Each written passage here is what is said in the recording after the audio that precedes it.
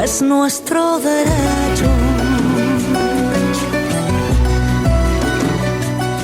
Hay muchos temas para conversar sobre la actualidad, sobre el presente, sobre la política y sobre algunas cuestiones internacionales que me parece que son de alto vuelo para charlar por estas horas. Está con nosotros nuestro analista político, Sebastián Dumont. ¿Cómo estás, Seba? Buen día. Hola, Dani, ¿cómo estás? Buen día, un saludo para todos. ¿Cómo andan? Bien, Seba, muy bien.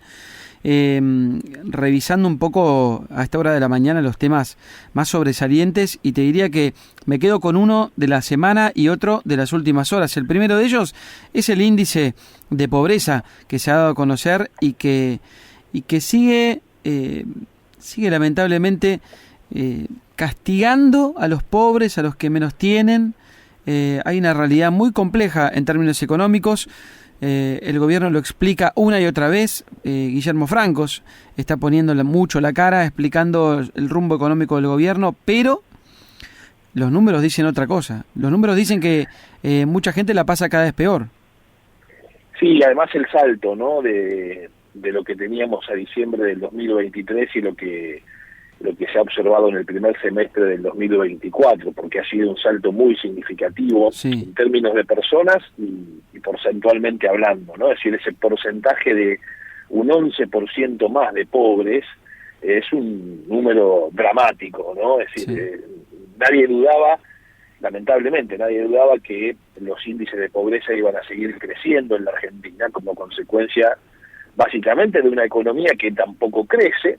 Si no crece la economía es muy difícil que baje la pobreza. Te diría que no es muy difícil, es imposible que baje la pobreza. Claro. La economía argentina viene cayendo desde hace ya al menos un par de años de manera sistemática y con una línea de tiempo donde las caídas son la constante, mucho más que las alzas en los números de la economía. Entonces no nos sorprendió el dato de que la pobreza iba a seguir creciendo. Lo que probablemente sí impacta y más es la diferencia, el porcentaje que aumentó entre un semestre y el otro. Después, obviamente, a este drama tremendo se le agrega la política, la discusión política, el relato político, decir, bueno, a ver, ¿quién es el responsable de haber generado que en la Argentina más de la mitad de su población sea pobre, de que el 66% de los jóvenes sean pobres? Bueno, y ahí es donde empieza la otra batalla, ¿no? Esa batalla dialéctica, política, el gobierno diciendo, bueno, esto es consecuencia de la herencia recibida por el gobierno de Alberto Fernández, Cristina Kirchner y Sergio Massa. El gobierno se para, digamos, en ese lugar, diciendo, bueno, este es el primer semestre, y sobre todo ha dado a conocer, no ha tenido mucha repercusión, pero sí ha dado a conocer un dato bastante complejo de entender, que es el de desagregar la pobreza del primer semestre en dos segmentos, ¿no? Es en los primeros 3 meses del año, el crecimiento fuerte de la pobreza que explica el número final del semestre, pero que en el segundo trimestre empezó a desacelerarse ese incremento de la pobreza y habría empezado a dar vuelta a la curva. Bueno, este es el relato del gobierno, entendiendo que quizá pueda mostrar algún mejoramiento cuando se conozca el dato del final, ¿no?, de todo el 2024. Pero es muy difícil de explicar, y es muy difícil de explicar para cualquiera de los sectores políticos, porque todos tienen responsabilidad en haber llevado a la Argentina donde la llevaron. Sí, seguro.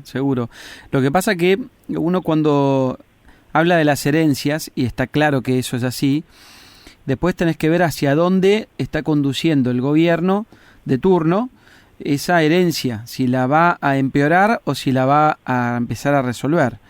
Y lo que uno ve, por ejemplo, con estos últimos tiempos es que, bueno, te diré que por un lado es muy difícil analizar la información. Vos acabas de mencionar algo específico sobre el tema de cómo se dan a conocer los números y de partir ese índice del primer semestre. Y por otra parte, cosas que se leen en las redes sociales que a veces no se terminan sabiendo si son reales, si son operaciones políticas o qué, y me refiero concretamente a todo lo que se estuvo diciendo con el caso de los medicamentos, de los abuelos, en una semana en donde además el tema jubilaciones también sigue todavía doliendo en el bolsillo de los adultos mayores. Sí, Sí, obviamente. A ver, aquí hay elementos que son incontrastables. Y partamos de una base. Esta es la información de la pobreza del primer semestre. Y es la pobreza del primer semestre del gobierno de Javier Milei. Claro. A ver, los 6 meses que fueron contabilizados son 6 meses que gobernó Javier Milei. Claro. O sea, no gobernó otra fuerza política. Entonces, más allá después de la argumentación que quiera dársele a ese número para tratar de explicar por qué se llegó a ello, bueno, esa es otra discusión que, por supuesto que es una discusión válida. Cada uno trata de llevar, digamos, agua para su molino en la dialéctica. El problema es que en el medio de los porcentajes representan vidas. Claro. Los porcentajes representan personas de carne y hueso. Es decir, no son tan solo planillas que elabora y difunde el INDEC. Detrás de esas planillas hay gente que la pasa cada vez peor, que además ha caído, si vos querés, en su condición social, aún siendo quizá por los ingresos que establece el INDEC, ¿no? Qué es lo que te define pobre o qué no te define pobre. Pero hay mucha gente que quizá tenga ingresos que no los puedan ubicar dentro de la línea de la pobreza, pero han comenzado a gestar hábitos que sí lo acercan a ese comportamiento. Es decir, han tenido que dejar hábitos porque no los pueden seguir pagando, han tenido que reducirse en muchos aspectos porque no los pueden seguir pagando, y quizás técnicamente no sean pobres, por lo que marca el INDEC en cuanto a qué ingreso te define pobre y qué ingreso te saca de la pobreza o te define, si vos querés, indigente. Entonces, eso también hay que evaluarlo, porque los porcentajes, los números terminan siendo fríos, pero detrás de los números hay gente que la pasa cada vez peor, no la pasa bien. Y después está la otra teoría, que también la he visto, la he leído en algunos posteos y algunos comentarios en las redes sociales, y es el alto nivel de informalidad en la Argentina, de una economía que se mueve en la informalidad de tal manera que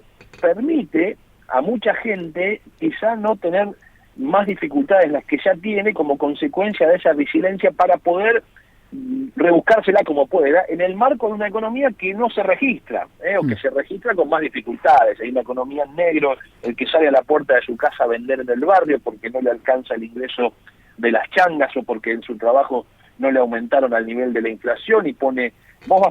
Si transitas el conurbano bonaerense, le contamos a los oyentes de Radio 10, esto debe pasar en cualquier punto de la Argentina, pero el conurbano bonaerense se ve con mucha claridad. Cuando vos caminás por un barrio, ni siquiera por el centro de una ciudad, por un barrio, se han multiplicado las familias que sacan la mesa a la calle y venden lo que sea, con tal de ganar un mango más. Mucho en las plazas. También en las plazas, los fines de semana, sí.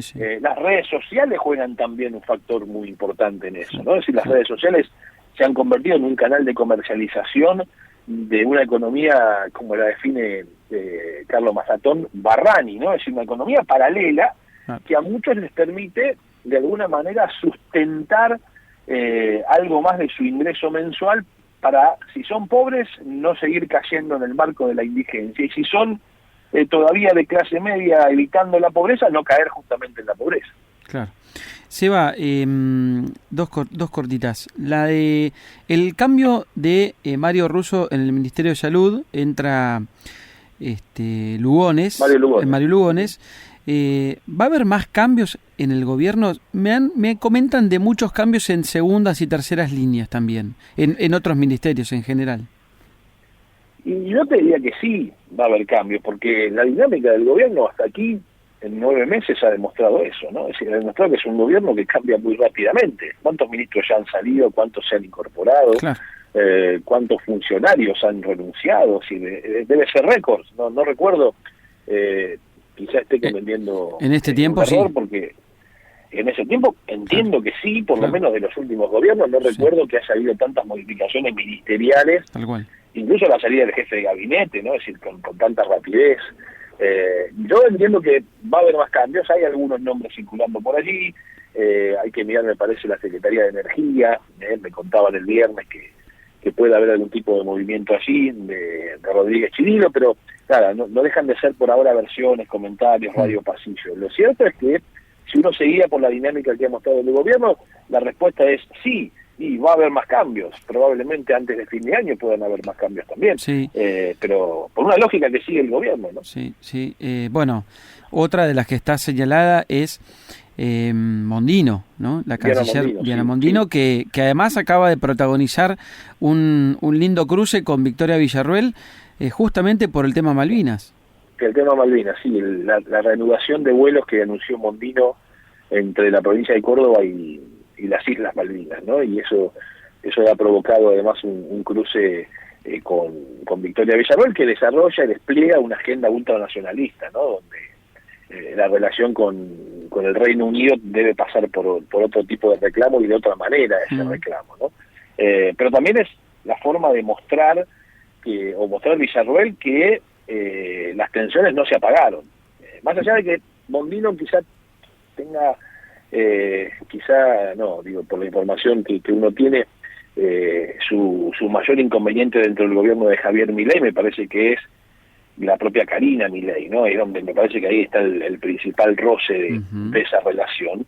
Pero más allá de eso, que Villarruel la cruce, bueno, es también un sinónimo, un síntoma de que Villarruel no solo está cruzando a la canciller, aún sabiendo que quizás tenga alguna relación erosionada con Karina Milei, sino que está cruzando a una funcionaria del Poder Ejecutivo. Tal cual, y además lo mencionamos porque en el caso de esta situación está la pesca involucrada, donde es otro recurso del que nosotros hemos hablado varias veces aquí en el programa, pero lo marcaba también porque venía a colación de algunos funcionarios. Me acuerdo siempre de la frase de Cristina Fernández de Kirchner, de los funcionarios que no funcionan, y Mondino es una de las apuntadas en ese sentido, en virtud de la poca cantidad de acuerdos comerciales o de poca gestión que se ve en su cartera. Exactamente, bueno, sí, fíjate que venimos de una semana donde el presidente estuvo en Naciones Unidas y hasta último momento se especuló con que hasta la propia Mondino quizás ni siquiera viajaba, claro, o no lo acompañaba visiblemente al presidente. Después eso sucedió, lo mismo que el embajador argentino ante Naciones Unidas, ¿no? Ricardo Lagorio, que se había dicho que ni siquiera iba a estar presente en el momento en que Milei hablara en la ONU. Finalmente sí lo estuvo.